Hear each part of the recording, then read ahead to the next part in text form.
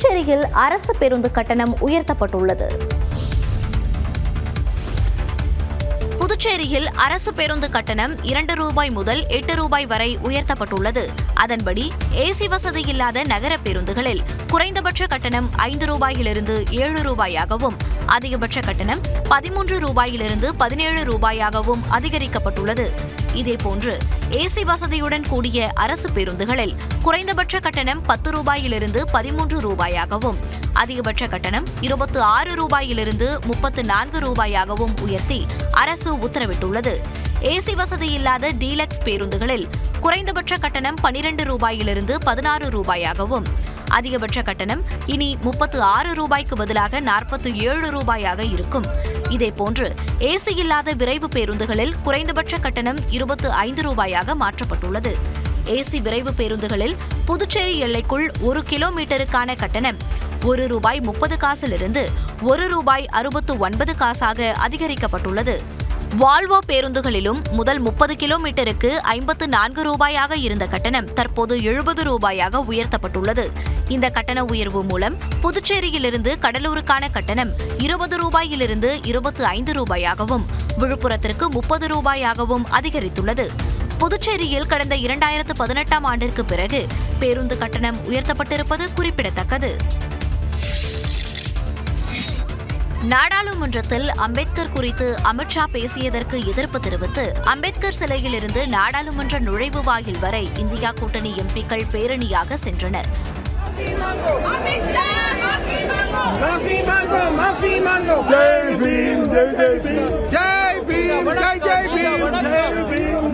அப்போது அம்பேத்கரை காங்கிரஸ் கட்சி அவமதித்ததாக கூறி நாடாளுமன்ற நுழைவு வாயில் முன் பாஜக எம்பிக்கள் போராட்டத்தில் ஈடுபட்டிருந்தனர்.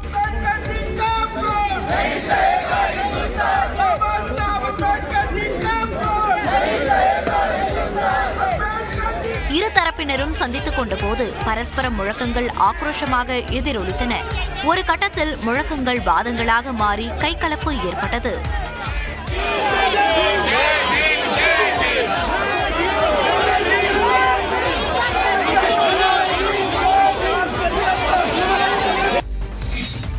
நாடாளுமன்ற வளாகத்தில் நடந்த கைகலப்பின் போது பாஜக எம்பி பிரதாப் சந்திர சாரங்கி காயமடைந்தார். ராகுல் காந்தி தள்ளியதால் தன் மீது ஒருவர் விழுந்து காயம் ஏற்பட்டதாக பிரதாப் சந்திர சாரங்கி குற்றம் சாட்டினார். राहुल गांधी एक एमपी को धक्का लगा, मेरे ऊपर गिर पड़ा और मैं नीचे गिर गया। किसने धक्का मारा? राहुल गांधी ने? हाँ, राहुल गांधी ने। राहुल गांधी ने धक्का मारा? राहुल गांधी। कौन सी जगह पे सर? और राहुल गांधी ने आकर के एक एमपी को धक्का लगाया, वो मेरे ऊपर गिर पड़ा और मैं அவரை அருகே சென்று பார்த்த ராகுல் காந்தி தான் தள்ளிவிடவில்லை என கூறினார்.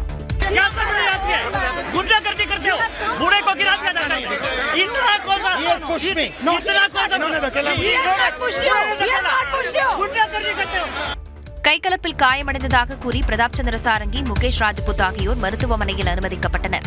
இதன் பின்னர் ராகுல் காந்தியை 3 எம்பிக்கள் தாக்கியதாகவும் தள்ளிவிட்டதில் காங்கிரஸ் தலைவர் கார்கேவின் காலில் காயம் ஏற்பட்டதாகவும் சபாநாயகர் ஓம் பிர்லாவிடம் காங்கிரஸ் சார்பில் புகார் அளிக்கப்பட்டது. ராகுல் காந்தி தன்னிடம் கண்ணிய குறைவாக நடந்து கொண்டதாக நாகாலாந்து பாஜக பெண் எம்பி மாநிலங்களவை தலைவரிடம் புகார் அளித்தார். நுழைவு வாயில் முன்பு அமைதியான முறையில் தான் ஆர்ப்பாட்டம் நடத்திக் கொண்டிருந்த போது தனது அருகே நெருக்கமாக வந்து ராகுல் காந்தி சத்தமிட்டதாக அவர் கூறியுள்ளார். ராகுல் காந்தியின் செயலால் தான் அசௌகரியம் அடைந்ததாகவும் தனது கண்ணியத்திற்கும் சுயமரியாதைக்கும் பாதிப்பு ஏற்பட்டதாகவும் தெரிவித்துள்ள பாஜக பெண் எம்பி பாதுகாப்பு கோரி மாநிலங்களவை தலைவருக்கு கடிதம் எழுதியுள்ளதாக குறிப்பிட்டார். तो leader of opposition Shri Rahul Gandhi ji बहुत क्लोज प्रॉक्सिमिटी में आके I also did not feel comfortable, अच्छा नहीं लगा, फिर वो ही स्टार्टेड शाउटिंग, ऐसे नहीं. இதேபோல காங்கிரஸ் எம்பிக்கள் சார்பில் சபாநாயகர் ஓம் பிர்லாவிடம் 2 புகார் கடிதங்கள் அளிக்கப்பட்டுள்ளன. அதில் பாஜக எம்பிக்கள் அத்துமீறி மூர்க்கத்தனமாக நடந்து கொண்டதாக குறிப்பிடப்பட்டுள்ளது. மேலும் ராகுல் காந்தியை 3 எம்பிக்கள் தாக்கியதாகவும் கூறப்பட்டுள்ளது. பாஜக எம்பிக்களை தான் தாக்கவில்லை என ராகுல் காந்தி விளக்கம் அளித்திருக்கும் நிலையில் பாஜகவினர் அளித்த புகாரின் பேரில் அவர் மீது வழக்கு பதிவு செய்யப்பட்டுள்ளது. தள்ளுமுள்ளில் காயமடைந்த பாஜக எம்பி பிரதாப் சந்திர சாரங்கி ராகுல் காந்தி மீது குற்றம் சாட்டியிருந்தார். செய்தியாளர்களை சந்தித்த ராகுல் காந்தி அதனை மறுத்தார். मैं अंदर जाने की कोशिश कर रहा था तो बीजेपी के एमपी जो थे वो मुझे ऐसे रोकने की कोशिश कर रहे थे, धकेल रहे थे और मुझे धमका रहे थे, तो वो हुआ है. முன்னதாக போராட்டத்தில் ஈடுபட்ட பாஜக எம்பிக்களை தாக்கியதாக ராகுல் காந்தி மீது நாடாளுமன்ற சாலை காவல் நிலையத்தில் பாஜக எம்பிக்கள் அனுராக் தாக்கூர், பான்சுரி ஸ்வராஜ் உள்ளிட்டோர் புகார் அளித்தனர். காங்கிரஸ் எம்பிக்கள் தாக்கியதில் இரு பாஜக எம்பிக்களுக்கும் தலையில் காயம் ஏற்பட்டிருப்பதாக அந்த புகாரில் தெரிவிக்கப்பட்டுள்ளது. அதன் அடிப்படையில் வழக்கு பதிவு செய்துள்ள டெல்லி காவல்துறையினர் ராகுல் காந்தி எம்பியாக இருப்பதால் அவர் மீது நடவடிக்கை எடுப்பதில் உள்ள சட்ட சிக்கல் குறித்து நிபுணர்களிடம் ஆலோசனை நடத்தி வருகின்றனர். நாடாளுமன்ற நுழைவு வாயில்கள் முன்பு போராட்டம் நடத்துவதற்கு மக்களவை சபாநாயகர் ஓம் பிர்லா தடை விதித்துள்ளார். நாடாளுமன்ற வளாகத்திற்குள் நேற்று காங்கிரஸ் கட்சியினர் பேரணி சென்ற நிலையில் 4வது நுழைவு வாயில் முன்பு பாஜகவினர் போராட்டத்தில் ஈடுபட்டனர். இதனால் ஏற்பட்ட தள்ளுமுள்ளு காரணமாக இரண்டு தரப்பிலும் எம்பிக்களுக்கு காயம் ஏற்பட்டதாக கூறப்படுகிறது. நாடாளுமன்றத்தின் நுழைவு வாயில்கள் முன்பு எந்த அரசியல் கட்சிகளும் எக்காரணம் கொண்டும் போராட்டத்தில் ஈடுபடக்கூடாது என ஓம் பிர்லா உத்தரவிட்டுள்ளார். இன்று காலை 10 மணிக்கு இந்தியா கூட்டணி எம்பிக்கள் நாடாளுமன்ற வளாகத்திற்கு வெளியே உள்ள விஜய் சௌக் பகுதியில் போராட்டம் நடத்தவிருப்பது குறிப்பிடத்தக்கது.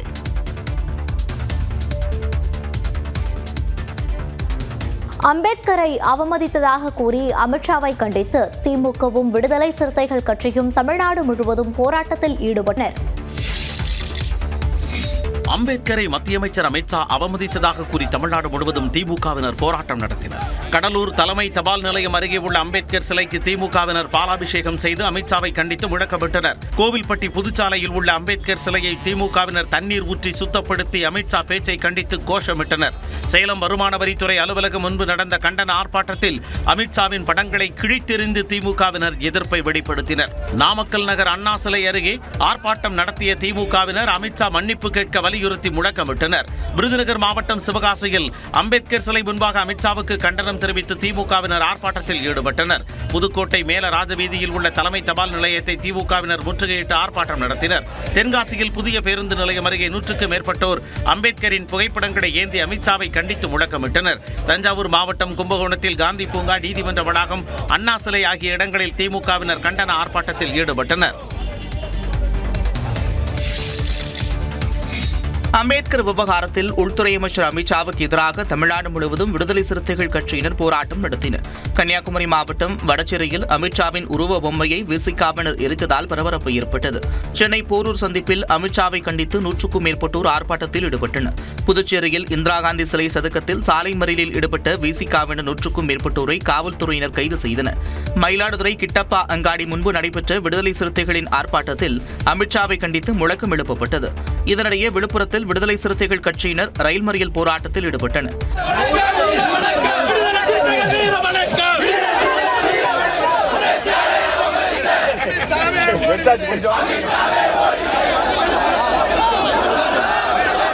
போராட்டத்தில் ஈடுபட்டவர்களை காவல்துறையினர் கைது செய்து அழைத்து சென்றனர். அம்பேத்கரை அவமானப்படுத்திய அமித்ஷாவை கண்டிக்க கூட இபிஎஸ்க்கு மனமில்லை என அமைச்சர் ரகுபதி விமர்சித்த நிலையில் ஏற்கனவே ஜெயக்குமார் இது தொடர்பாக கருத்து தெரிவித்துவிட்டதாக எடப்பாடி பழனிசாமி பதிலளித்துள்ளார். அம்பேத்கருக்கு களங்கம் ஏற்படுத்த முயலும் சனாதன சக்திகளுக்கு துணை போகும் விதமாக அதிமுக பொதுச் செயலாளர் எடப்பாடி பழனிசாமி அமைதியாக இருப்பதாக சட்டத்துறை அமைச்சர் தனது எக்ஸ் பக்கத்தில் குறிப்பிட்டிருந்தார். அம்பேத்கரை அவமானப்படுத்திய அமித்ஷாவை கண்டிக்க கூட வேண்டாம், வலிக்காமல் வலியுறுத்தக்கூட மனமின்றி அமைதியோ அமைதி என ஆழ்ந்த உறக்கத்தில் எடப்பாடி பழனிசாமி இருப்பதாகவும் ரகுபதி விமர்சித்தார். சேலம் மாவட்டம் ஆத்தூரில் செய்தியாளர்களை சந்தித்த எடப்பாடி பழனிசாமி அம்பேத்கர் குறித்து அமித்ஷா பேசியதற்கு முன்னாள் அமைச்சர் ஜெயக்குமார் கருத்து தெரிவித்துவிட்டதாக கூறினார். அமித்ஷா அவர்கள் அண்ணல் டாக்டர் அம்பேத்கர் அவர்களை பற்றி சொன்ன கருத்துக்கு அனைத்து இந்திய அண்ணா திராவிட முன்னேற்ற கழகத்துடைய முன்னாள் அமைச்சர் சகோதரர் டி ஜெயக்குமார் அவர்கள் நேற்றைய தினம் விளக்கமாக தெரிவித்துவிட்டார். அந்த கருத்து தான் என்னுடைய கருத்து. அம்பேத்கர் குறித்து அமித்ஷா பேசியது பாஜகவிற்கு பின்விளைவை ஏற்படுத்தும் என கூறியிருந்த ஜெயக்குமார் மக்கள் அவர்களை நிராகரிப்பார்கள் என்று தெரிவித்தது குறிப்பிடத்தக்கது. கிறிஸ்துமஸ் பண்டிகை வரை மிதமான மழைக்கு வாய்ப்புள்ளதாக வானிலை ஆய்வு மையம் தெரிவித்துள்ள நிலையில் திருவாரூர், நாகப்பட்டினம் உள்ளிட்ட மாவட்டங்களில் மழை பதிவாகியுள்ளது. தமிழ்நாட்டில் அடுத்த 7 நாட்களுக்கு ஓரிரு இடங்களில் மிதமான மழைக்கு வாய்ப்பு உள்ளதாக வானிலை மையம் தெரிவித்துள்ளது. தென்மேற்கு வங்கக்கடல் பகுதிகளில் நிலவிய ஆழ்ந்த காற்றழுத்த தாழ்வு பகுதி அடுத்த 12 மணி நேரத்தில் வட தமிழ்நாடு, தெற்கு ஆந்திர கடலோர பகுதிகளை நோக்கி நகரக்கூடும் என கூறியுள்ள வானிலை மையம், வட கடலோர மாவட்டங்களில் ஒரு சில இடங்களிலும் தமிழ்நாட்டில் ஓரிரு இடங்களிலும் லேசானது முதல் மிதமானது வரை மழை பெய்யக்கூடும் என தெரிவித்துள்ளது. அதிகாலை வேளையில் ஓரிரு இடங்களில் லேசான பனிமூட்டம் காணப்படும் என்றும் கூறியுள்ளது. வரும் 25ஆம் தேதி வரை தமிழ்நாட்டில் ஓரிரு இடங்கள், புதுச்சேரி மற்றும் காரைக்காலில் மிதமான மழைக்கு வாய்ப்பு உள்ளதாக தெரிவித்துள்ளது. சென்னை மற்றும் புறநகர் பகுதிகளில் ஒரு சில இடங்களில் மிதமான மழைக்கு வாய்ப்பு இருப்பதாகவும் அதிகாலை வேளையில் லேசான பனிமூட்டம் காணப்படும் என்றும் கூறப்பட்டுள்ளது. தூத்துக்குடி மாவட்டத்தில் இரவில் பலத்த மழை கொட்டி தீர்த்தது. தூத்துக்குடி மாவட்டம் கோவில்பட்டியில் கடந்த சில நாட்களாக வெயிலின் தாக்கம் அதிகமாக இருந்த நிலையில் நேற்றிரவு திடீரென மழை பெய்தது. கோவில்பட்டி நகர் மட்டுமன்றி கடுகுமலை, இனாமணியாச்சி, பாண்டவர்மங்கலம், நாளாட்டின்புதூர், திட்டங்குடம், மூப்பன்பட்டி, இலுப்பையூரணி உள்ளிட்ட பகுதிகளில் 20 நிமிடங்களுக்கு மேலாக கனமழை பெய்தது. இதனால் தாழ்வான இடங்களில் மழைநீர் தேங்கியது. இதேபோன்று எட்டயபுரத்தில் இரவில் 1 மணி நேரத்திற்கு மேலாக இடி மின்னலுடன் சாரல் மழை பெய்தது. இதனால் நிலக்கடலை அறுவை செய்யும் விவசாயிகள் மகிழ்ச்சி அடைந்துள்ளனர். திருவள்ளூர் மாவட்டத்தில் திருப்பாச்சூர், புல்லரம்பாக்கம், காக்கலூர், தலக்காஞ்சேரி உள்ளிட்ட பகுதிகளில் 1 மணி நேரத்திற்கு மேலாக மிதமான மழை பெய்தது.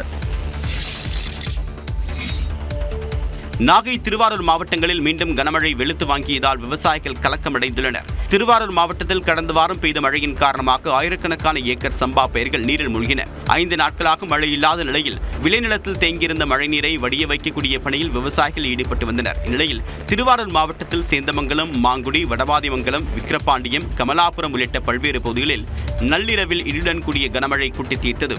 2 மணி நேரத்திற்கு மேலாக இடைவிடாமல் மழை பெய்தது. இதனால் நெற்பயிர்கள் மீண்டும் பாதிக்கப்படக்கூடிய சூழல் உருவாகியுள்ளது.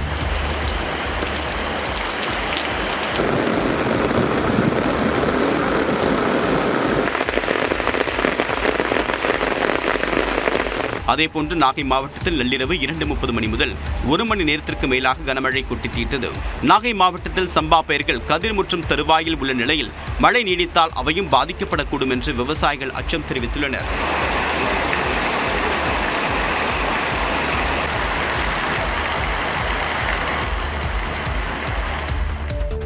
விசைத்தறி தொழிலாளர்களின் கோரிக்கைகள் குறித்து பரிசீலிக்கப்படும் என ஈரோட்டில் முதலமைச்சர் மு க ஸ்டாலின் உறுதியளித்துள்ளார்.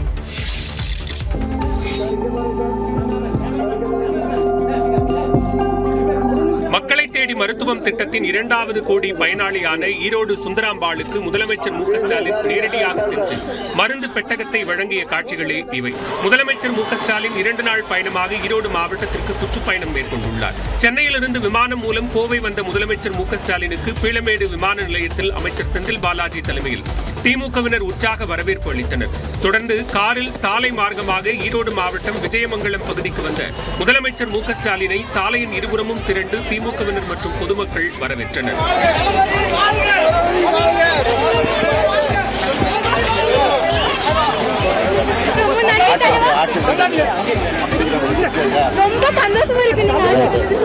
இதனைத் தொடர்ந்து மக்களை தேடி மருத்துவம் திட்டத்தின் 2வது கோடி பயனாளியான நஞ்சனாபுரத்தைச் சேர்ந்த சுந்தராம்பாளுக்கு மருந்து பெட்டகத்தை முதலமைச்சர் மு க ஸ்டாலின் வழங்கினார். தொடர்ந்து அதே பகுதியைச் சேர்ந்த மற்றொரு பயனாளியான வசந்தா என்பவரை சந்தித்த முதலமைச்சர் மு க ஸ்டாலின் திட்டத்தின் மூலம் வழங்கப்படும் மருத்துவ சிகிச்சைகள் குறித்து கேட்டறிந்தார். அது ஒன்றும் பிரச்சனை இல்லை, அது விஷயம் பண்ணால் சரியாயிடும். அவங்க சொல்றபடி செஞ்சீங்கன்னா சரியா வந்து எக்ஸசைஸ் பண்ணுங்க, பரவாயில்ல இன்னும் கொஞ்ச நாள் பண்ணால் சரியாயிடும். முதலமைச்சர் வீடு தேடி வந்து மருந்துகளை வழங்கியது மகிழ்ச்சி அளிப்பதாக ஈரோட்டைச் சேர்ந்த பயனாளிகள் தெரிவித்தனர். முதலமைச்சர் உடம்புலாம் பார்த்துங்கம்மா, நாங்கள் இதெல்லாம் உதாரணம் உங்களுக்கு செய்கிறோம், நீங்கள் பரவாயில்ல, நீங்கள் நல்லா இருங்க, நீங்கள் நல்லா இருந்தால் நாங்களும் நல்லா இருக்கிறோம் அப்படின்னு சொல்லிட்டு கொடுத்துட்டு போயிட்டான். சந்தோஷமாக இருக்குதுங்க, இங்கே வந்தது சந்தோஷம். இத்தனை வரைக்கும் இங்கே வரலைங்க, நம்ம ஊர் பக்கம் வரல, இப்போ வந்துட்டு போயிட்டாங்க. அதுவும் எனக்காகத்தான் வந்துட்டாங்க, பரவாயில்ல. முதலமைச்சர் தங்களை சந்திப்பார் என்று எதிர்பார்க்கவில்லை என்று பெண்கள் நெகிழ்ச்சியுடன் குறிப்பிட்டனர். முதலமைச்சர் வந்து பார்த்துட்டு நல்லா இருக்குதுங்க, நல்லா இருப்பீங்கம்மா அப்படின்ட்டு போயிட்டாரு. இன்னைக்கு வந்து வருவாருன்னு நாங்கள் எதிர்பார்க்கல, இன்னைக்கு வந்துட்டாரு. தங்களின் உடல்நலம் குறித்து முதல்வர் கேட்டறிந்ததாகவும் முதியவர்கள் தெரிவித்தனர். ஈரோட்டில் திமுக நிர்வாகிகளுடன் முதலமைச்சர் மு க ஸ்டாலின் ஆலோசனை மேற்கொண்டார். ஈரோடு சென்ற முதலமைச்சர் மு க ஸ்டாலின் மேட்டுக்கடை பகுதியில் உள்ள விசைத்தறி கூடத்தில் ஆய்வு மேற்கொண்டு தொழிலாளர்களின் கோரிக்கைகளை கேட்டறிந்தார். விசைத்தறி கூடங்களுக்கு 750 யூனிட்டிலிருந்து 1000 யூனிட் இலவச மின்சாரம் உயர்த்தி வழங்கப்பட்டது பயனுள்ளதாக இருக்கிறதா என கேட்டறிந்தார். மாதந்தோறும் மின் கட்டணம் செலுத்த வழிவகை செய்ய வேண்டும் என்று தொழிலாளர்கள் கோரிக்கை வைத்தபோது அது பரிசீலனையில் இருப்பதாக முதல்வர் விளக்கம் அளித்தார். மாதம் அது குறிப்பிட்ட நேரத்துக்கு கொடுத்துருங்களா? இதில் எத்தனை பேர் வேலை செய்கிறாங்க? 4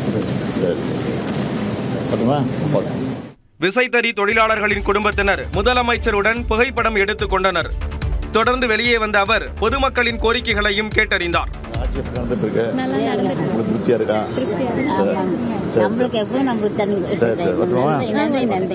அதன் பின்னர் மேட்டுக்கடை தங்க மகாலில் ஈரோடு வடக்கு தெற்கு மாவட்ட திமுக நிர்வாகிகளுடன் முதல்வர் ஆலோசனை நடத்தினார். அப்போது கட்சி வளர்ச்சி செயல்பாடுகள் குறித்து கேட்டறிந்தார். இந்த கூட்டத்தில் EVK இளங்கோவன் மறைவிற்கு 1 நிமிடம் மௌன அஞ்சலி செலுத்தப்பட்டு இரங்கல் தீர்மானம் நிறைவேற்றப்பட்டது. தொடர்ந்து திமுக முன்னாள் சட்டமன்ற உறுப்பினர் சந்திரகுமாரின் இல்ல திருமண விழாவில் முதல்வர் கலந்து கொண்டு மணமக்களை வாழ்த்தினார். தமிழ்நாட்டில் கொட்டப்படும் மருத்துவ கழிவுகளை கேரளாதான் அகற்ற வேண்டும் என பசுமை தீர்ப்பாயம் உத்தரவிட்டுள்ளது. நெல்லையில் கேரள மருத்துவ கழிவுகள் கொட்டப்பட்ட விவகாரத்தில் 2 பேர் கைது செய்யப்பட்டனர். நெல்லை மாவட்டம் நடுக்கல்லூர், பழுவூர், கொண்டாநகரம் உள்ளிட்ட ஊராட்சிகளில் 10க்கும் மேற்பட்ட இடங்களில் கேரளாவிலிருந்து மருத்துவ கழிவுகள் கொண்டுவரப்பட்டு கொட்டப்பட்டன. இந்நிலையில் மருத்துவ கழிவுகளை அகற்ற அப்பகுதி மக்கள் விடுத்த தொடர் கோரிக்கையை அடுத்து நடவடிக்கை எடுத்து வருவதாக மாவட்ட நிர்வாகம் தெரிவித்தது. ஆனால் இதுவரை எந்த நடவடிக்கையும் எடுக்கப்படவில்லை என அதிமுக நெல்லை மாவட்ட செயலாளர் கணேஷ் ராஜா குற்றம் சாட்டியுள்ளார். கேரளாவுடைய குப்பைகளை கொட்டக்கூடிய குப்பை கிடங்கா தமிழ்நாடு. அங்கிருந்து செக் போஸ்ட்ல அந்த வண்டி வருதுன்னா செக் போஸ்ட்ல நிப்பாட்டிடலாமே. இந்நிலையில் மருத்துவ கழிவுகளை கொட்டும் விவகாரத்தில் தலைமை முகவராக செயல்பட்ட சுத்தமல்லி பகுதியைச் சேர்ந்த 51 வயதான மனோகர் மற்றும் 42 வயதான மாயாண்டி ஆகியோர் கைது செய்யப்பட்டனர். இதனிடையே மருத்துவ கழிவுகள் கொட்டப்பட்ட இடத்தில் தடய அறிவியல் நிபுணர்கள் ஆய்வு செய்தனர். இந்நிலையில் மத்திய மாசு கட்டுப்பாட்டு வாரியத்துக்கு தமிழ்நாடு மாசு கட்டுப்பாட்டு வாரியம் கடிதம் எழுதியுள்ளது. அதில் தமிழ்நாட்டில் கேரள மருத்துவ கழிவுகள் கொட்டப்படுவதை தடுக்க உரிய நடவடிக்கை எடுக்க வேண்டும் எனவும் கேரள மாசு கட்டுப்பாட்டு வாரியத்திற்கு இதுகுறித்து உத்தரவு பிறப்பிக்க வேண்டும் எனவும் வலியுறுத்தியுள்ளது. நெல்லை மாவட்டம் நடுக்கல்லூர் சுற்றுவட்டார பகுதிகளில் கொட்டப்பட்ட மருத்துவ கழிவுகளை 3 நாட்களுக்குள் கேரள அரசை அகற்ற வேண்டும் என்று தென்மண்டல பசுமை தீர்ப்பாயம் உத்தரவிட்டுள்ளது. நெல்லை மாவட்டம் நடுக்கல்லூர் உள்ளிட்ட 4 கிராமங்களில் கேரள மாநில மருத்துவ கழிவுகள் கொட்டப்பட்டது தொடர்பாக தானாக முன்வந்து தென்மண்டல பசுமை தீர்ப்பாயம் விசாரணை நடத்தியது. இந்நிலையில் நெல்லை மாவட்டத்தின் 4 கிராமங்களில் கொட்டப்பட்ட மருத்துவ கழிவு உள்ளிட்ட கழிவுகளை கேரள மாநில அரசே பொறுப்பேற்று உடனடியாக அகற்ற வேண்டும் என பசுமை தீர்ப்பாயம் உத்தரவிட்டது. மருத்துவ கழிவுகளை கேரளாவுக்கே கொண்டு செல்ல வேண்டும் என அம்மாநில அரசுக்கு தென்மண்டல பசுமை தீர்ப்பாயம் உத்தரவிட்டது. கழிவுகளை மேலாண்மை செய்யும் நெல்லை மாவட்டத்தை சேர்ந்த நிறுவனத்திற்கு ஒப்பந்தம் வழங்க வேண்டும் என கேரள அரசுக்கு பசுமை தீர்ப்பாயம் உத்தரவிட்டுள்ளது. முன்னதாக வழக்கு விசாரணையின் போது ஆஜரான கேரள மாசு கட்டுப்பாட்டு வாரிய வழக்கறிஞர் இந்த விவகாரத்தில் கழிவுகளுக்கு சொந்தமான நிறுவனங்களுக்கு நோட்டீஸ் அனுப்பப்பட்டுள்ளதாக தெரிவித்தார். கேரள மாநில கழிவுகள் தமிழ்நாட்டில் கொட்டப்படுவதை முதலமைச்சர் எதிர்க்கவில்லை என்று எதிர்க்கட்சித் தலைவர் எடப்பாடி பழனிசாமி விமர்சித்த நிலையில் அதற்கு அமைச்சர் தங்கம் தென்னரசு பதிலளித்துள்ளார். கேரளாவின் மருத்துவ கழிவுகள் நெல்லை மாவட்டத்தில் கொட்டப்பட்டதற்கு கண்டனம் தெரிவித்துள்ள எடப்பாடி பழனிசாமி வளமிகு தமிழ்நாடு யாருடைய குப்பை தொட்டியும் அல்ல என்று குறிப்பிட்டுள்ளார். மேலும் கேரள முதலமைச்சருடன் கைகுலுக்கி போட்டோ ஷூட் எடுப்பதில் மட்டுமே முதலமைச்சர் முனைப்பாக இருப்பதாகவும் எடப்பாடி பழனிசாமி சாடியுள்ளார். இதற்கு சுற்றுச்சூழல் மற்றும் காலநிலை மாற்றுத்துறை அமைச்சர் தங்கம் தென்னரசு பதிலளித்துள்ளார். 10 ஆண்டுகால அதிமுக ஆட்சியில்தான் கோவை, தேனி, நெல்லை, விருதுநகர் என எல்லைப் பகுதிகள் கேரளாவின் குப்பை தொட்டிகளாக இருந்ததாகவும் திமுக ஆட்சியில் எல்லையில் கண்காணிப்பை தீவிரப்படுத்தி பெருமளவு தடுத்துள்ளதாகவும் குறிப்பிட்டுள்ளார். இதை மீறுவோர் மீது கடும் நடவடிக்கை எடுக்கப்படுவதாகவும் இந்த விவகாரம் தொடர்பாக கேரள மாநில அரசுக்கும் மத்திய அரசுக்கும் கடிதம் அனுப்பப்பட்டுள்ளதாகவும் அமைச்சர் தங்கம் தென்னரசு விளக்கமளித்துள்ளார்.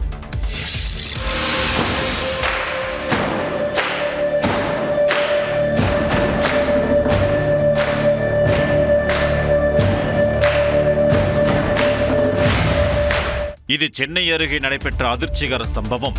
ஆவடி மாநகராட்சிக்குட்பட்ட ஐயப்பாக்கத்தில் சோபனா என்பவர் நடந்து சென்று கொண்டிருந்த போது 2 மாடுகள் சண்டையிட்டபடி அவர் மீது மோதின. 2 மாடுகளும் வேகமாக வந்து சோபனாவை முட்டி கீழே தள்ளும் சிசிடிவி காட்சி தற்போது வெளியாகியுள்ளது. இதில் சோபனா காயமுற்று மருத்துவமனையில் சிகிச்சை பெற்று வருகிறார். இதுகுறித்து திருமுல்லைவாயில் காவல் நிலையத்தினர் வழக்கு பதிவு செய்து விசாரணை நடத்தி வருகின்றனர். கோணாம்பேடு முதல் டோனாகேலா கேம்பஸ் சாலை ஐயப்பாக்கம் வரை சாலையில் மந்தையாக கேட்பாரற்று சுற்றித் திரியும் 50க்கும் மேற்பட்ட மாடுகளால் எப்போதும் அபாயம் காத்திருப்பதாக பொதுமக்கள் கூறுகின்றனர். மிகவும் குறுகலான 3 கிலோமீட்டர் சாலையில் இருபுறமும் வாகன ஓட்டிகள் செல்லும் போது மாடுகளால் விபத்து ஏற்படும் அபாயம் உள்ளதாகவும் ஆவடி அரசு மருத்துவமனையிலிருந்து சென்னைக்கு அவசர சிகிச்சைக்காக விரையும் 108 ஆம்புலன்ஸ் உள்ளிட்ட வாகனங்களுக்கும் மாடுகள் பெரும் இடையூறாக இருப்பதாகவும் மக்கள் கூறுகின்றனர். சாலைகளில் கட்டுப்பாடின்றி சுற்றித் திரியும் மாடுகளை பிடிக்க வேண்டும் எனவும் உரிமையாளர்களுக்கு அபராதம் விதிக்க வேண்டும் எனவும் கோரிக்கை எழுந்துள்ளது. சேலம் மேட்டூர் அனல்மின் நிலையத்தில் நிலக்கரி சேமிப்பு தொட்டி பெல்ட் அறுந்து விழுந்து விபத்து ஏற்பட்டது. சேலம் மேட்டூர் அனல்மின் நிலையத்தில் நடைபெற்ற விபத்தில் 2 பேர் பரிதாபமாக உயிரிழந்தனர். மேட்டூர் அனல்மின் நிலையத்தில் நிலக்கரி மேம்பாட்டு பிரிவில் ஒப்பந்த தொழிலாளர்கள் பணியாற்றி வந்தனர். அப்போது 50 அடி உயரத்தில் இருந்த நிலக்கரி சேமிப்பு தொட்டி பெல்ட் அருந்ததில் கீழே விழுந்ததாக கூறப்படுகிறது. இந்த விபத்தில் வெங்கடேசன், பழனிசாமி ஆகிய 2 பேர் பரிதாபமாக உயிரிழந்தனர். ஸ்ரீகாந்த், மனோஜ்குமார், ஸ்ரீனிவாசன், முருகன், கௌதம் ஆகிய 5 ஒப்பந்த தொழிலாளர்கள் படுகாயமடைந்த நிலையில் அவர்கள் மேட்டூர் அரசு மருத்துவமனையில் அனுமதிக்கப்பட்டனர். பின்னர் மேல் சிகிச்சைக்காக அவர்கள் சேலம் அரசு மருத்துவமனைக்கு அனுப்பி வைக்கப்பட்டனர். இதனைத் தொடர்ந்து மேட்டூர் அனல்மின் நிலையத்தில் காவல்துறையினர் ஆய்வு மேற்கொண்டனர். பல மாதங்களாக துணைவேந்தர் இல்லாமல் பல்கலைக்கழகங்கள் செயல்படுவது குறித்து ஆளுநர் சிறிதும் கவலைப்படாமல் இருப்பது மாணவர் நலனுக்கு எதிரானது என உயர்கல்வித்துறை அமைச்சர் கோவி செழியன் தெரிவித்துள்ளார். இது தொடர்பான அறிக்கையில் சென்னை பல்கலைக்கழகம், அண்ணா பல்கலைக்கழகம், மதுரை காமராஜர் பல்கலைக்கழகம் உள்ளிட்ட 6 பல்கலைக்கழகங்களின் துணைவேந்தர் பணியிடங்கள் காலியாக இருப்பதாக குறிப்பிட்டுள்ளார். இவற்றுக்கு தலா 3 பேர் அடங்கிய துணைவேந்தர் தேடுதல் குழுவை அமைத்தது சட்டப்படி சரி எனவும், ஆளுநர் கூறுவதுபடி 4வது நபராக UGC தலைவரால் பரிந்துரைக்கப்படும் நபரை சேர்க்க வேண்டிய அவசியம் இல்லை எனவும் தெரிவித்துள்ளார். UGCயின் நெறிமுறைகள், வழிகாட்டுதல்களை தவிர அவற்றை ஏற்பதும் ஏற்காததும் அரசின் முடிவுக்கு உட்பட்டது எனவும், மக்களால் தேர்ந்தெடுக்கப்பட்ட அரசை செயல்பட விடாமல் ஆளுநர் இடையூறு செய்வதன் ஒரு பகுதிதான் துணைவேந்தர் தேடுதல் குழு விவகாரம் எனவும் விமர்சித்துள்ளார். வேந்தர் என்ற நியமன பதவியை பயன்படுத்தி அரசின் நடவடிக்கைகளை முடக்குவது ஏற்புடையது அல்ல எனவும், தேடுதல் குழுவிற்கு ஒப்புதல் அளிப்பதே மாணவர் நலனுக்கு உகந்தது எனவும் அமைச்சர் கோவி செழியன் வலியுறுத்தியுள்ளார். சென்னையில் நடைபெற்ற 2வது சென்னை சர்வதேச திரைப்பட விழாவில் சிறந்த படமாக அமரன் தேர்வு செய்யப்பட்டது.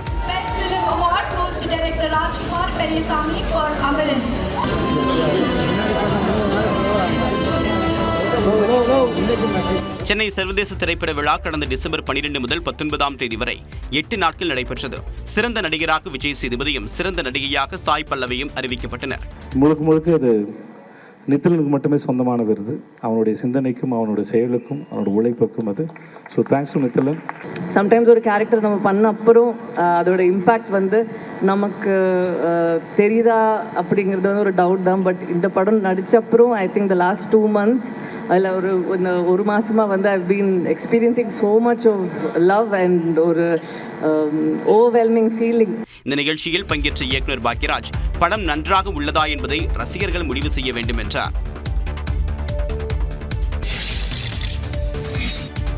உலக செஸ் சாம்பியன் குகேஷ் நமது நாட்டின் சொத்து என்று தமிழ்நாடு ஆளுநர் RN ரவி பெருமிதம் தெரிவித்துள்ளார். சென்னை கிண்டியில் உள்ள ஆளுநர் மாளிகையில் குகேஷுக்கு பாராட்டு விழா நடைபெற்றது. அப்போது குகேஷுக்கும் அவரது பெற்றோருக்கும் பொன்னாடை போர்த்திய ஆளுநர் RN ரவி பெருமாள் புகைப்படம் ஒன்றை பரிசாக வழங்கினார். விழாவில் பேசிய குகேஷ் உலக சாம்பியன் ஆவது தன்னுடைய சிறுவயது ஆசை என்று கூறினார். Has been my dream since I was a very little kid, and to realize the dream and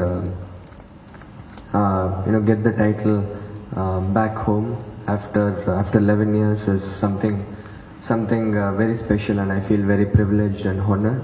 அதனைத் தொடர்ந்து பேசிய ஆளுநர் RN ரவி ஒட்டுமொத்த இந்தியாவையும் குகேஷ் வெற்றியடைய செய்திருப்பதாக கூறினார். Gukesh won the title.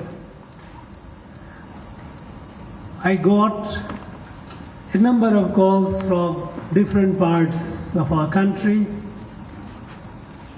from Kashmir, from Nagaland. A lot of young people, I must say, sharing their joy.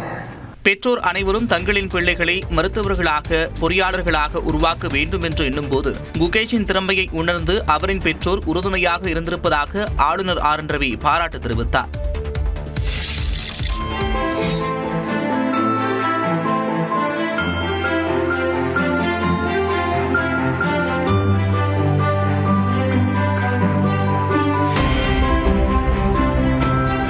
டெல்லியில் நடந்த மத்திய அமைச்சர் ஜார்ஜ் குரியன் வீட்டில் நடந்த கிறிஸ்துமஸ் கொண்டாட்டத்தில் பிரதமர் மோடி பங்கேற்ற காட்சிதான் இது.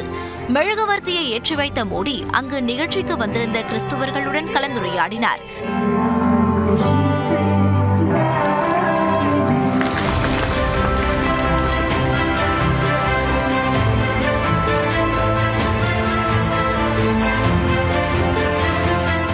இசை நிகழ்ச்சிகளில் பங்கேற்ற பிரதமர் நரேந்திர மோடிக்கு மத்திய அமைச்சர் சார்பில் பரிசுப் பொருட்களும் வழங்கப்பட்டன.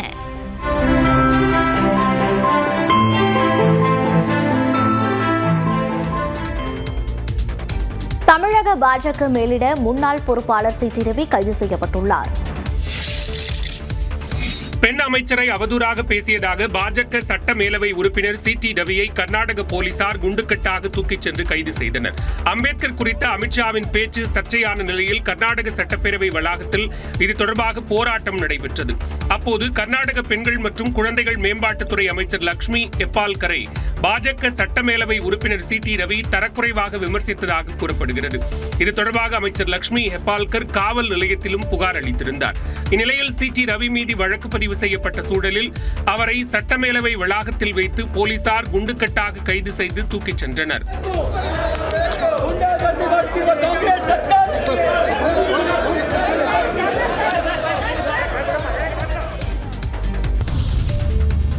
முப்படைகளின் தலைமை தளபதியாக இருந்த பிபின் ராவத் பயணம் செய்த ஹெலிகாப்டர் விபத்தில் சிக்கி அவர் மரணமடைய மனித தவறே காரணம் என்று தெரிவிக்கப்பட்டுள்ளது. கடந்த 2021ஆம் ஆண்டு டிசம்பர் 8ஆம் தேதி கோவையிலிருந்து உதகைக்கு ஹெலிகாப்டரில் மனைவி மதுலிகா உட்பட 11 பேருடன் பிபின் ராவத் சென்றபோது குன்னூர் அருகே மலை மீது மோதி விபத்தில் சிக்கியது. அதில் அனைவரும் உயிரிழந்தனர். நாட்டின் முப்படை தலைமை தளபதி விபத்தில் இருந்தது சர்ச்சையான நிலையில் விமானப்படை விபத்துகள் தொடர்பாக விசாரிக்கக்கூடிய பாதுகாப்புத்துறை நிலைக்குழு இதையும் ஆய்வு செய்ய தொடங்கியது. 2017 முதல் 2022 வரையிலான அந்த குழுவின் அறிக்கை நாடாளுமன்றத்தில் தாக்கல் செய்யப்பட்டது. அதில் 5 ஆண்டுகளில் விமானப்படை தொடர்புடைய 34 விபத்துகள் நிகழ்ந்ததாகவும் பிபின் ராவத் உயிரிழந்தது ஹெலிகாப்டரை இயக்கிய குழுவின் தவறே காரணம் என்றும் தெரிவிக்கப்பட்டுள்ளது. 2025ஆம் ஆண்டு பாகிஸ்தானில் நடைபெறவுள்ள சாம்பியன்ஸ் கோப்பை கிரிக்கெட் தொடரை ஹைபிரிட் மாடலில் நடத்த சர்வதேச கிரிக்கெட் கவுன்சில் ஒப்புதல் அளித்துள்ளது.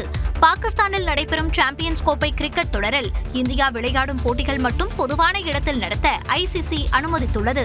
அதேபோல் 2027ஆம் ஆண்டு வரை இந்தியா, பாகிஸ்தான் ஆகிய நாடுகள் நடத்தும் சர்வதேச கிரிக்கெட் தொடர்களில் இரு நாடுகளும் தங்களுக்கான போட்டிகளை பொதுவான இடத்தில் விளையாட ஐசிசி அனுமதித்துள்ளது. மேலும் 2025ஆம் ஆண்டு இந்தியாவில் நடைபெறவுள்ள ஐசிசி மகளிர் ஒருநாள் உலகக்கோப்பை தொடரில் பாகிஸ்தான் விளையாடும் போட்டிகள் பொதுவான இடத்தில் நடத்தப்படும் என ஐசிசி தெரிவித்துள்ளது. அதேபோல் 2026ஆம் ஆண்டு இந்தியா மற்றும் இலங்கை இணைந்து நடத்தும் மகளிர் 20 ஓவர் உலகக்கோப்பை கிரிக்கெட் தொடரில் பாகிஸ்தான் விளையாடும் ஆட்டங்கள் பொதுவான இடத்தில் நடத்த சர்வதேச கிரிக்கெட் கவுன்சில் அனுமதி அளித்துள்ளது. இந்த ஒப்பந்தம் 2027ஆம் ஆண்டு வரை நடைமுறையில் இருக்கும் என ஐசிசி தெரிவித்துள்ளது. மேலும் 2025 சாம்பியன்ஸ் கிரிக்கெட் தொடரை ஹைபிரிட் மாடலில் நடத்த ஒப்புக்கொண்ட பாகிஸ்தானுக்கு இழப்பீடாக 2028ஆம் ஆண்டு ஆடவர் 20 ஓவர் உலகக்கோப்பை கிரிக்கெட் தொடரை நடத்தும் உரிமையை ஐசிசி வழங்கியுள்ளது. உலக அளவில் வாட்ஸ்அப் பயனாளர்கள் ChatGPT-உடன் நேரடியாக தொடர்பு கொள்ள உதவும் புதிய அம்சத்தை OpenAI அறிமுகப்படுத்தியுள்ளது. வாட்ஸ்அப் பயனாளர்கள் தங்களது நண்பர்களுடன் அரட்டை அடிப்பது போல AI-யுடன் தொடர்பு கொள்ளும் வகையில் வடிவமைக்கப்பட்டுள்ளது. இதன் மூலம் ஆக்கப்பூர்வமான உதவி, ஆலோசனை, பரிந்துரைகள் அல்லது பொதுவான உரையாடலை பெற பயனாளர்களை அனுமதிக்கிறது. உலக அளவில் 2.7 பில்லியன் பயனாளர்கள் பிரத்யேக எண் மூலம் ChatGPT-யுடன் தொடர்பு கொள்ளலாம் என தெரிவிக்கப்பட்டுள்ளது. அமெரிக்க பயனாளர்களுக்கு மட்டும் கூடுதல் அம்சமாக ChatGPT-யுடன் வாய்ஸ் கால் செய்யும் வசதி ஏற்படுத்தப்பட்டுள்ளது. ChatGPT-யின் வாட்ஸ்அப் ஒருங்கிணைப்பு சோதனைக்குரியது என்பதால் மேம்படுத்தப்பட்ட அம்சங்களை தேடும் பயனாளர்கள் தங்கள் முதன்மை ChatGPT கணக்குகளை பயன்படுத்துமாறு OpenAI தெரிவித்துள்ளது. புதிய பாம்பன் பாலம் ஜனவரி மாதம் திறக்கப்படலாம் என தகவல் வெளியாகியுள்ளது. ராமேஸ்வரம் பாம்பன் ரயில்வே பாலம் ஜனவரி மாதம் முதல் வாரத்தில் திறக்கப்படலாம் என தகவல் வெளியாகியுள்ளது. ஜனவரி 4ஆம் தேதி முதல் ஹூப்ளி ராமேஸ்வரம் இடையே சிறப்பு ரயில் சேவை இயக்கப்படுவதாக தெற்கு ரயில்வே அறிவித்துள்ள நிலையில் அதற்கு முன் பாலம் திறக்கப்படலாம் என தகவல் வெளியாகியுள்ளது. ஜனவரி 4ஆம் தேதி முதல் ஜூன் 28ஆம் தேதி வரை ஹூப்ளியிலிருந்து ராமேஸ்வரத்திற்கு சிறப்பு ரயில் இயக்க தெற்கு ரயில்வே அறிவிப்பு வெளியிட்டுள்ளது. அதேபோல் மறுமார்க்கமாக ராமேஸ்வரத்திலிருந்து ஜனவரி 5ஆம் தேதி முதல் ஜூன் 29ஆம் தேதி வரை ஹூப்ளிக்கு சிறப்பு ரயில் இயக்க அறிவிப்பு வெளியிடப்பட்டுள்ளது. சிறப்பு ரயில் இயக்குவது தொடர்பாக ரயில்வே அட்டவணை வெளியாகி இருப்பதால் ஜனவரி மாதத்தின் முதல் வாரத்தில் பாம்பன் பாலம் திறக்கப்படலாம் என கூறப்படுகிறது.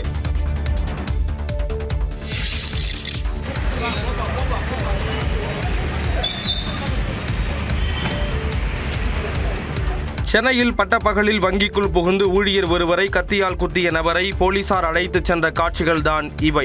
புதுக்கோட்டை மாவட்டம் அனல்மேல்குடியைச் சேர்ந்த சதீஷ் என்பவருக்கும் சென்னை தியாகராய நகரில் உள்ள தனியார் வங்கியில் பணிபுரிந்து வரும் தினேஷ் என்பவருக்கும் முன்பகை இருந்ததாக கூறப்படுகிறது. 2 ஆண்டுகளுக்கு முன்பு சதீஷும் தினேஷும் நந்தனத்தில் உள்ள தனியார் வங்கியில் பணியாற்றிய போது சதீஷ் பணியிலிருந்து நீக்கப்பட்டுள்ளார். தனது பணி நீக்கத்திற்கு தினேஷ் தான் காரணம் என கருதிய சதீஷ் அவரை பழிவாங்க 2 ஆண்டுகளாக தேடி வந்ததாக கூறப்படுகிறது. இறுதியில் சென்னை தியாகராய நகரில் உள்ள வங்கியில் தினேஷ் பணியாற்றுவதை அறிந்து அங்கு சென்ற சதீஷ் அவருடன் வாக்குவாதத்தில் ஈடுபட்டுள்ளார். அப்போது தினேஷால் தனது வாழ்க்கை வீணாகிவிட்டதாக அழுது கொண்டே கூறிய சதீஷ் மறைத்து வைத்திருந்த கத்தியை எடுத்து தினேஷை வெட்டியதாக கூறப்படுகிறது. இதனை பார்த்து அதிர்ச்சி அடைந்த வங்கி ஊழியர்கள் சதீஷை மடக்கி பிடித்து காவல்துறையினரிடம் ஒப்படைத்தனர். காயமடைந்த தினேஷ் மருத்துவமனையில் அனுமதிக்கப்பட்டார்.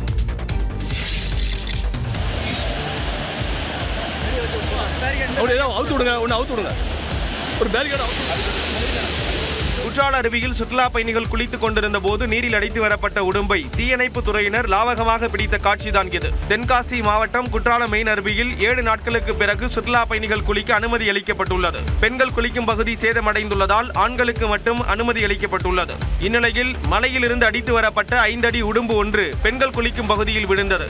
இதனை பார்த்து அருகே குளித்துக் கொண்டிருந்தவர்கள் கூச்சலிட்டனர். இதுகுறித்து அளிக்கப்பட்ட புகாரின்படி அங்கு வந்த தீயணைப்பு துறையினர் அந்த உடும்பை பிடித்தனர். பின்னர் அது வனத்துறையினரிடம் ஒப்படைக்கப்பட்டது.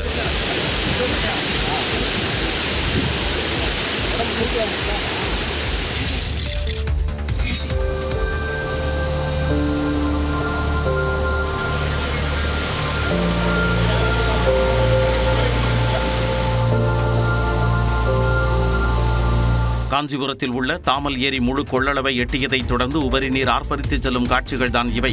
காஞ்சிபுரம் மாவட்டத்தில் உள்ள பெரிய ஏரிகளில் ஒன்றான தாமல் ஏரியின் மூலம் 2307 ஏக்கர் நிலம் பாசன வசதி பெறுகின்றது.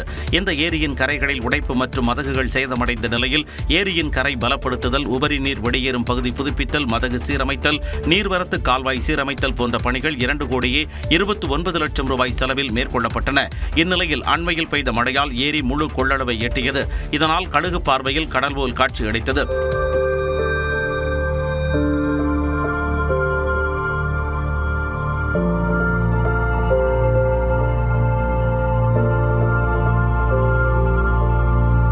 மேலும் ஏரியில் இருந்து கலங்கள் வழியாக உபரி நீர் செல்கிறது. இதை அறிந்த அப்பகுதி மக்கள் உபரி நீரை மலர் தூவி வரவேற்றனர்.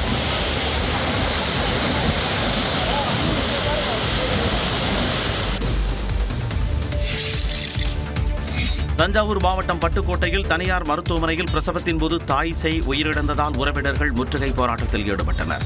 துவரங்குறிச்சியைச் சேர்ந்த பிரவீன், இவரது மனைவி சந்தியா பிரசவத்திற்காக பட்டுக்கோட்டையில் உள்ள தனியார் மருத்துவமனையில் அனுமதிக்கப்பட்டார். அவருக்கு நேற்று காலை பிரசவ வலி ஏற்பட்டதைத் தொடர்ந்து மருத்துவர்கள் அறுவை சிகிச்சை செய்து குழந்தையை வெளியே எடுத்தனர். அப்போது குழந்தை இறந்துள்ளது. மேலும் சந்தியாவிற்கு இரத்தப்போக்கு அதிகம் இருந்ததால் அவரை தஞ்சாவூரில் உள்ள தனியார் மருத்துவமனைக்கு அனுப்பி வைத்துள்ளனர்.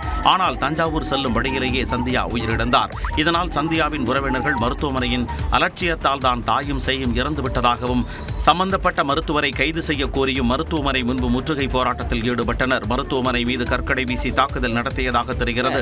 உங்களால பார்க்க முடியல, அப்பயே சொல்லி என்ன அனுப்பி விட்டுருக்கலாமே, வேற ஹாஸ்பிட்டலுக்கு அனுப்பி விட்டுருக்கலாமே, ஆஸ்பத்திரிக்கு ஓடுங்க, டெஸ்ட் எடுத்துருவாங்க, இந்த டெஸ்ட் எடுத்துருவாங்க, அந்த டெஸ்ட் எடுத்துருவாங்க. அதெல்லாம் செஞ்சுக்கிட்டு இருக்கும்போது அவங்களே ஆம்புலன்ஸை ரெடி பண்ணி கொண்டாந்து வச்சுக்கிட்டு கொண்டுட்டு போங்க, தஞ்சாவூருக்கு ஓடுங்கிறாங்க. இந்த மாதிரிலாம் சொல்றதுக்கு இதுக்கு ஏதாவது ஒரு நல்ல ஒரு முடிவு வேணும். பின்னர் காவல்துறையினர் மற்றும் சுகாதாரத்துறை அதிகாரிகள் பேச்சுவார்த்தை நடத்தியதன் பேரில் உறவினர்கள் போராட்டத்தை கைவிட்டனர். இந்திய முட்டைகளுக்கு தடை விதித்த ஓமன் நாட்டுடன் பேச்சுவார்த்தை நடத்தி வருவதாக நாமக்கல் முட்டை ஏற்றுமதியாளர் சங்கத்தினர் தெரிவித்துள்ளனர். கத்தார், ஓமன் நாடுகள் இந்திய முட்டை இறக்குமதிக்கு தடை விதித்திருப்பதற்கு இந்த மாதத்திற்குள் தீர்வு காணப்படும் என்று நாமக்கல் மாவட்ட முட்டை ஏற்றுமதியாளர் சங்கத்தினர் நம்பிக்கை தெரிவித்துள்ளனர். கத்தார் அரசு 2 மாதங்களுக்கு முன்பு 60 கிராமுக்கு கீழ் உள்ள முட்டைகளுக்கு தடை விதித்தது. இந்த நிலையில் ஓமன் நாடும் இந்திய முட்டைக்கு புதிய இறக்குமதி வழங்குவதை நிறுத்துவதாக அறிவித்தது. இதன் காரணமாக நாமக்கல்லில் இருந்து ஓமனுக்கு 41 கண்டெய்னர்களில் அனுப்பப்பட்ட முட்டைகளை இறக்க அந்நாட்டு அரசு அனுமதிக்கவில்லை. இந்நிலையில் நாமக்கல்லில் செய்தியாளர்களிடம் பேசிய முட்டை ஏற்றுமதியாளர் சங்க நிர்வாகி ஞான ராஜேந்திரன் ஓமன் நாட்டு அரசுடன் பேச்சுவார்த்தை நடத்தி வருவதாகவும் விரைவில் சுமூக தீர்வு காணப்படும் என்றும் கூறினார். இந்தியன் எம்பசி நல்லா ஹெல்ப் பண்ணுது எங்களுக்கு. அதே மாதிரி ஓமன் கவர்மெண்டோட பேசியிருக்கு. நாங்கள் பேன் பண்ணுற ஐடியா இல்லை, தற்காலிகம் தான். இது பிரச்சனை சார்ட் அவுட் ஆனதுக்கப்புறம் நாங்கள் இம்போர்ட் ரெகுலராக எப்பவும் போல நாங்கள் இம்போர்ட் எடுத்துக்குவோம் அப்படின்னு சொல்லியிருக்காங்க. அதனுடைய கன்ஃபர்ம் தெரிஞ்சு 22ஆம் தேதி மீட்டிங் நடக்குது. அந்த மீட்டிங் நல்ல தெளிவு கிடைக்கும். அது வரைக்கும் ஃபார்மர்ஸ் பயப்பட வேண்டாம், எக்ஸ்போர்ட்டர்ஸ் நம்பர் பயப்பட வேண்டாம். கத்தார் அரசு 60 கிராம் எடையிலான முட்டைகளை இறக்குமதி செய்ய அனுமதி வழங்கியிருப்பதாகவும் அந்நாட்டிற்கு 60 கிராம் எடையிலான முட்டைகள் ஏற்றுமதி செய்யப்படும் என்றும் ஞானராஜேந்திரன் கூறினார்.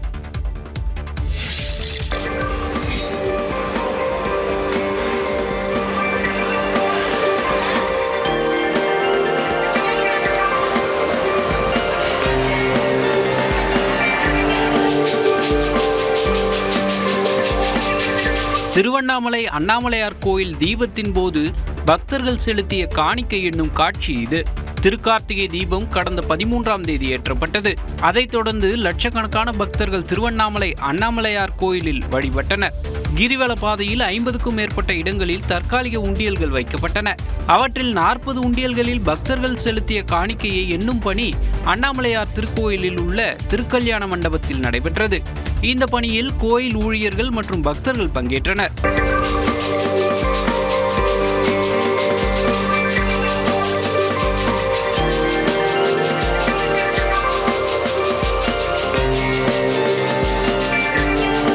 எண்ணிக்கை முடிவில் 2,83,00,000 ரூபாய் ரொக்கமும் 164 கிராம் தங்கம் 1 கிலோ 20 கிராம் வெள்ளியும் பக்தர்கள் காணிக்கையாக செலுத்தியது தெரியவந்தது. வேலூர் மாவட்டம் கேவி குப்பம் அருகே சிறுத்தை தாக்கி இளம்பெண் உயிரிழந்த நிலையில் ட்ரோன் மூலம் வனத்துறையினர் சிறுத்தை நடமாட்டத்தை கண்காணித்து வருகின்றனர். துருவம் கிராமத்தைச் சேர்ந்த அஞ்சலி என்பவரை சிறுத்தை தாக்கியதாக கூறப்படும் நிலையில் சம்பவ இடத்திலேயே அவர் பரிதாபமாக உயிரிழந்தார். இந்நிலையில் துருவம் கிராம சுற்றுவட்டார பகுதிகளில் ட்ரோன் மூலம் சிறுத்தையை தேடும் பணியில் வனத்துறையினர் ஈடுபட்டு வருகின்றனர். முன்னதாக சிறுத்தை தாக்கி உயிரிழந்த அஞ்சலியின் உடலை வாங்க மறுத்து கிராம மக்கள் போராட்டத்தில் ஈடுபட்டனர்.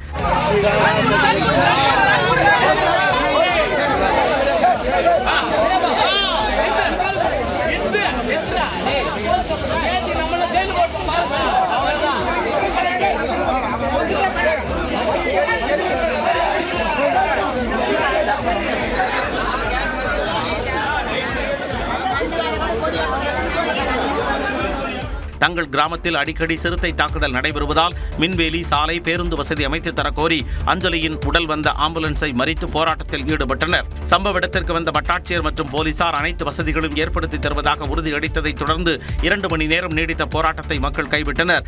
முன்னதாக சிறுத்தை தாக்கி உயிரிழந்த அஞ்சலியின் குடும்பத்திற்கு 10 லட்சம் ரூபாய் நிவாரணம் அறிவிக்கப்பட்ட நிலையில் 50,000 ரூபாய்க்கான காசோலையை வனத்துறையினர் வழங்கினர்.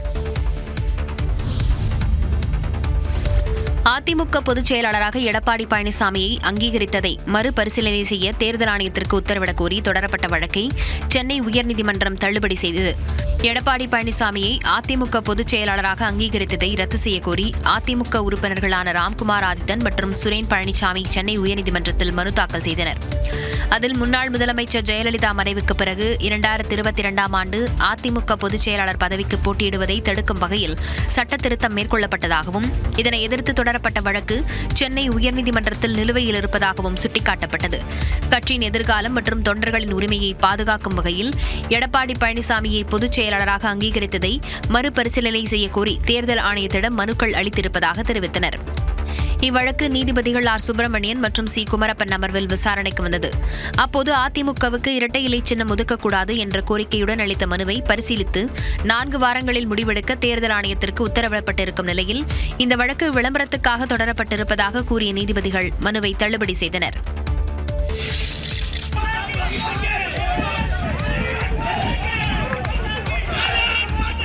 தூத்துக்குடி மாவட்டம் ஆத்தூர் தாமிரபரணி ஆற்றுப்பாலத்துக்கு அஞ்சலி செலுத்த வந்த பாஜகவினரை போலீசார் விரட்டி பிடித்த காட்சிகள்தான் இவை.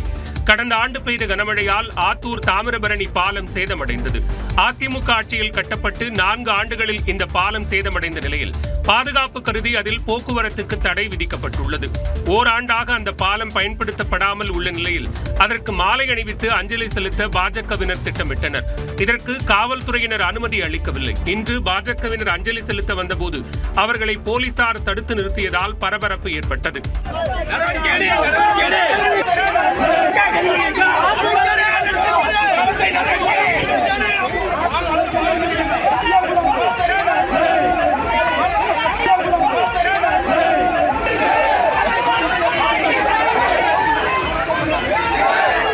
காவல்துறை தடுப்பை மீறி பாஜகவினர் பாலத்துக்கு செல்ல முயன்றதால் அவர்கள் கைது செய்யப்பட்டனர்.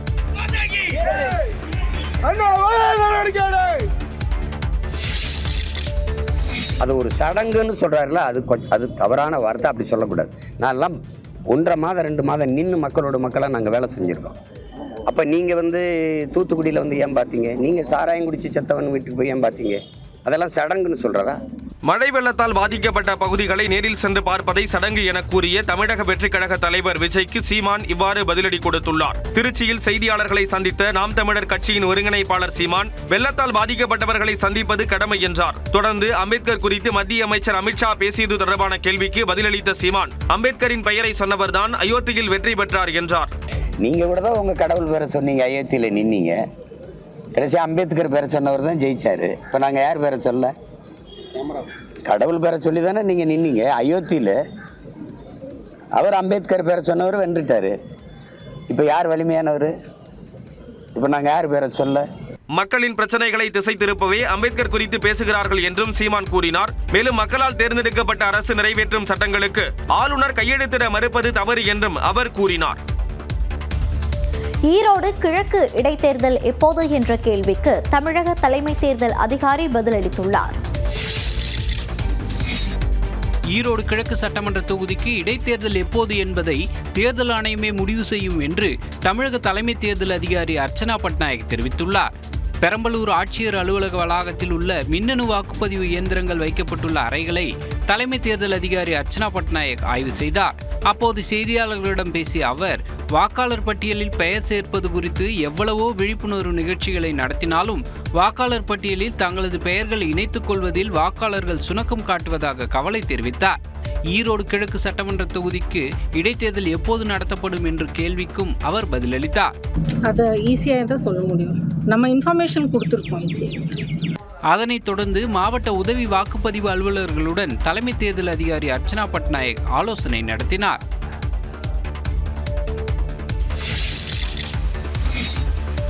ஸ்ரீவில்லிபுத்தூர் அருகே நிரம்பி வடியும் கண்மாய் உபரிநீரில் வெளியேறிய மீன்களை பொதுமக்கள் பிடித்து மகிழ்ந்தனர்.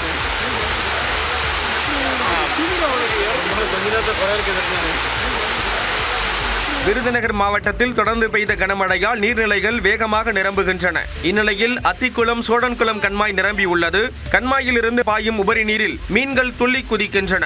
வலை, தூண்டில் உள்ளிட்ட மீன்பிடி உபகரணங்களும் தேவைப்படாமல் பொதுமக்கள் கைகளிலேயே மீன்களை பிடித்து உற்சாகமடைந்தனர்.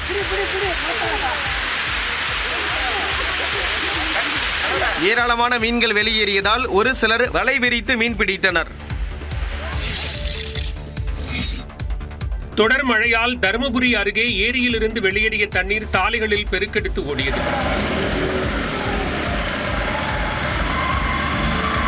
தருமபுரி சுற்றுவட்டாரத்தில் கடந்த 10 நாட்களாக விட்டுவிட்டு கனமழை பெய்து வருகிறது. இதனால் அங்குள்ள நீர்நிலைகள் நிரம்பி வருகின்றன. அந்த வகையில் 10 ஆண்டுகளுக்கு பிறகு நல்லம்பள்ளி அடுத்த நார்த்தம்பட்டி ஏரி முழுவதுமாக நிரம்பியது. ஏரி தனது முழு கொள்ளளவை எட்டிய நிலையில் அதிலிருந்து உபரி நீர் வெளியேறி சாலைகளில் வழிந்தோடுகிறது. அவ்வழியாக செல்லும் வாகன ஓட்டிகள் சாலைகளில் பாய்ந்தோடும் தண்ணீரை கடந்து செல்கின்றனர். ஏரியின் உபரி நீர் சாலையில் வராத அளவுக்கு கால்வாய் அமைத்துக் கொடுக்க வேண்டும் என்று கிராம மக்கள் கோரிக்கை விடுத்துள்ளனர். ஆந்திர மாநிலம் கடப்பாவில் வீட்டில் ஏற்பட்ட தீ விபத்தில் சமையல் எரிவாயு சிலிண்டர் வெடித்து சிதறியது. புதன்கிழமை அன்று கடப்பாவில் உள்ள ரவி திரையரங்கம் அருகே வீடு ஒன்றில் திடீரென தீ விபத்து ஏற்பட்டது. உடனடியாக வீட்டில் இருந்தவர்கள் வெளியேறி தீயை அணைக்கும் பணியில் ஈடுபட்டனர். தகவல் அறிந்த தீயணைப்பு வீரர்கள் சம்பவ இடத்திற்கு விரைந்தனர். அப்போது வீட்டில் இருந்த சமையல் எரிவாயு சிலிண்டர் பயங்கர சத்தத்துடன் வெடித்து சிதறியது. இதனை கண்டு அங்கிருந்தவர்கள் அலறி அடித்து ஓட்டம் பிடித்தனர்.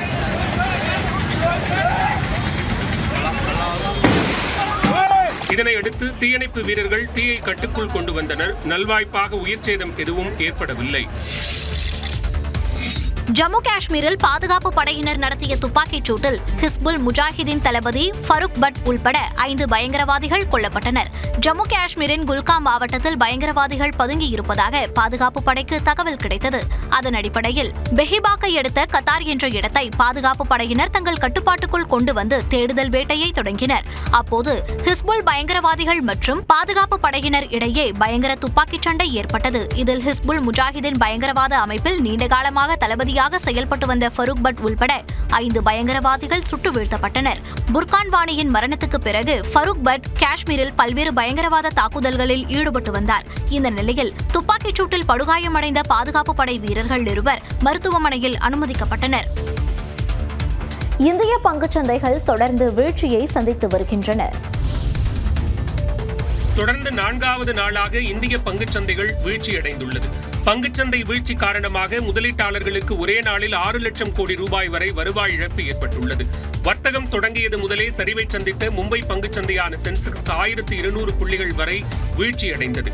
அமெரிக்க மத்திய வங்கியின் வட்டி விகிதம் குறைப்பு, அந்நிய செலாவணி முதலீடு, தொடர் சரிவு உள்ளிட்ட காரணங்களால் இந்திய பங்குச்சந்தைகள் ஆட்டம் கண்டுள்ளன. கடந்த 4 காலாண்டுகளில் இல்லாத வகையில் வட்டி விகிதங்களில் 25 புள்ளிகள் வரை அமெரிக்க மத்திய வங்கி குறைத்தது ஆசிய நாடுகளின் பங்குச்சந்தைகளில் பெரும் தாக்கத்தை ஏற்படுத்தியுள்ளது. இந்நிலையில் காலையிலேயே சரிவுடன் வர்த்தகத்தை தொடங்கிய மும்பை பங்குச்சந்தை 920 புள்ளிகள் வரை வீழ்ச்சியடைந்து 79,020 புள்ளிகளில் வர்த்தகமாகி வருகிறது. அதேபோன்று தேசிய பங்குச்சந்தையான நிப்டியும் 329 புள்ளிகள் வீழ்ச்சியடைந்து 23,870 புள்ளிகளில் வர்த்தகமாகி வருகிறது. சிவகங்கை மாவட்டத்தில் சிறுமி பாலியல் வன்கொடுமைக்கு ஆளானது தொடர்பாக காவல்துறை வழக்கு பதியவில்லை என புகார் எழுந்துள்ளது.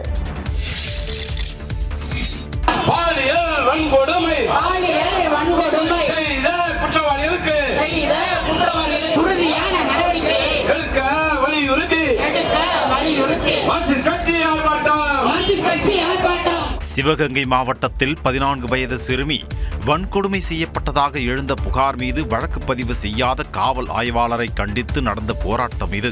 திருபுவனம் அருகே 14 வயது சிறுமிக்கு குளிர்பானத்தில் மயக்க மருந்து கொடுத்து ஒரு கும்பல் வன்கொடுமை செய்ததாக கூறப்படுகிறது. இந்த நிலையில் இந்த வழக்கில் தாய் புகார் அளித்தும் அந்த புகாரை மானாமதுரை காவல் ஆய்வாளர் சித்திரை செல்வி ஏற்கவில்லை என்று கூறப்படுகிறது. இதைத் தொடர்ந்து மாவட்ட எஸ்பியை நேரில் சந்தித்து மார்க்சிஸ்ட் கம்யூனிஸ்ட் கட்சியினர் புகார் அளித்தனர். இதனையடுத்து வழக்கில் ஒருவர் கைது செய்யப்பட்டார். எனினும் புகாரை ஏற்க மறுத்த ஆய்வாளரை கண்டித்து மார்க்சிஸ்ட் கம்யூனிஸ்ட் கட்சியினர் போராடினர். மானாமதுரை அனைத்து மகளிர் காவல் நிலையத்தில் புகார் செய்த போது அந்த புகாரை வாங்க மறுத்து தானே ஒரு மனுவினை தயார் செய்து கொடுத்திருக்கிற மானாமதுரை காவல்துறையினுடைய ஆய்வாளர் சித்திரை செல்வி மீது காவல்துறை நிர்வாக ரீதியான நடவடிக்கை எடுக்க வேண்டும் என்பதை மார்க்சிஸ்ட் கம்யூனிஸ்ட் கட்சியின் சார்பாகவும் ஜனநாயக மாதர் சங்கத்தின் சார்பாகவும் வலியுறுத்தி கேட்டுக்கொள்கின்றோம். இந்த வழக்கில் சிறுமியை வன்கொடுமை செய்த மற்றவர்களையும் கைது செய்ய கோரிக்கை வலுத்துள்ளது.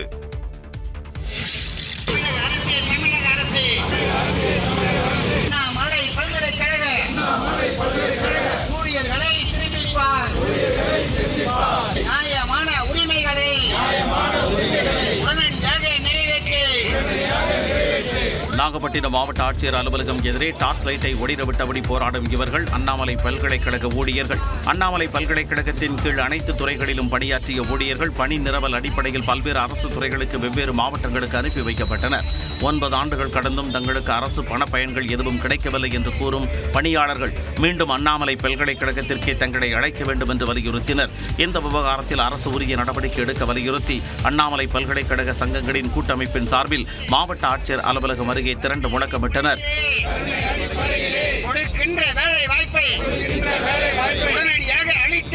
செலக்ஷன் கிரேட், ஸ்பெஷல் கிரேட் என்பதை இதுவரையிலே அளிக்கப்படாமல் இருக்கிறது. ஓய்வு பெற்ற ஊழியர்களுக்கான அந்த நிலுவைத் தொகைகள் எதுவுமே அளிக்கப்படவில்லை. அயர் பணியிட மாற்றம் சென்றவர்களுக்கு மேலும் மேலும் பணி நீட்டிப்பை, அயர் பணியிடத்தை நீட்டிப்பதை நாங்கள் வன்மையாக கண்டிக்கிறோம். எனவே உடனடியாக அண்ணாமலை பல்கலைக்கழகத்துக்கு திருப்பி அனுப்ப வேண்டும். கோரிக்கை நிறைவேறாத பட்சத்தில் அடுத்த கட்ட போராட்டத்தில் ஈடுபட போவதாகவும் அவர்கள் எச்சரிக்கை விடுத்துள்ளனர்.